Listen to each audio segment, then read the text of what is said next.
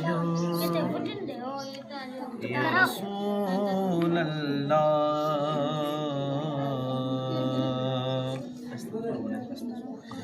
सल्लम अलैका या हबीब अल्लाह जिंदा जग परवाना है यारो जिंदा जग परवाना है ओ बाबा ज़हरादा हसनैन दा नाना है ओ बाबा सैयदा हसनैन दा नाना है सल्लल्लाहु अलैहि या रसूल अल्लाह वसल्लम अलैका या हबीब अल्लाह हसन ऐं हुसैन जो नानो न थे हा सॼो ज़ैब ज़ीनत ज़मानो न थे हा सॼो ज़ैब ज़ीनत ज़मानो न थे हा हसन ऐं हुसैन जो नानो न थे हा सॼो ज़ैब ज़ीनत ज़मानो न थे हा हवा ॾाढो आदम कया धार ताणे ज़मीनल तिला था से तक़दीर आणे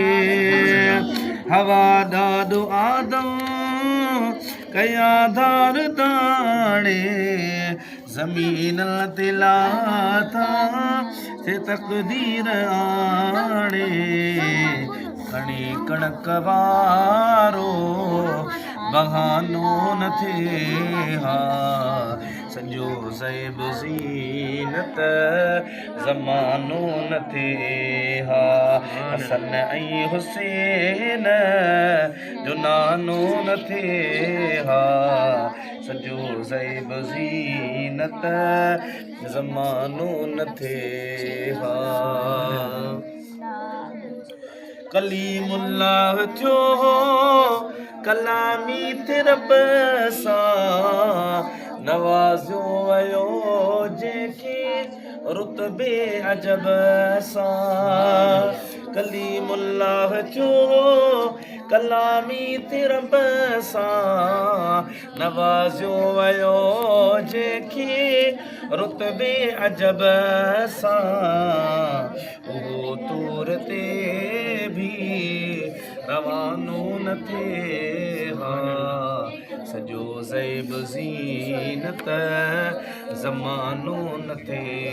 हा हसन ऐं हुसैन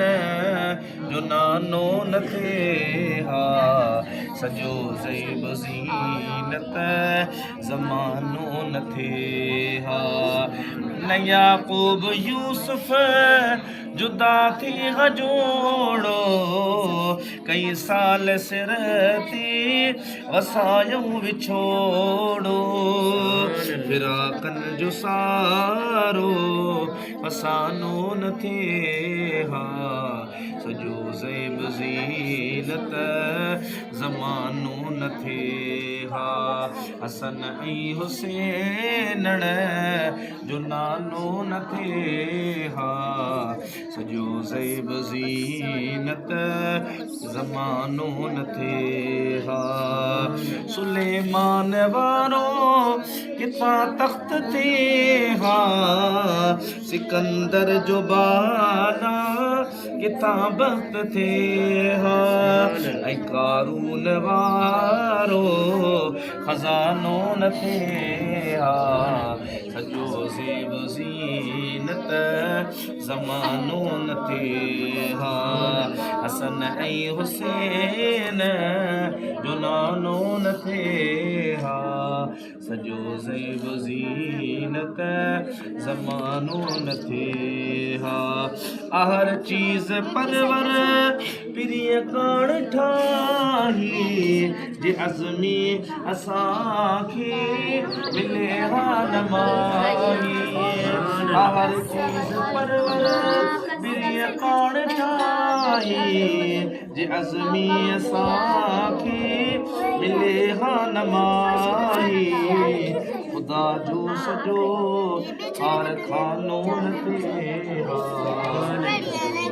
ज़ीनत ज़मानो न थिए हा हसन ऐं हुसैन जो नानो न थिए हा सॼो ज़ैब ज़ीनत ज़मानो न थिए हा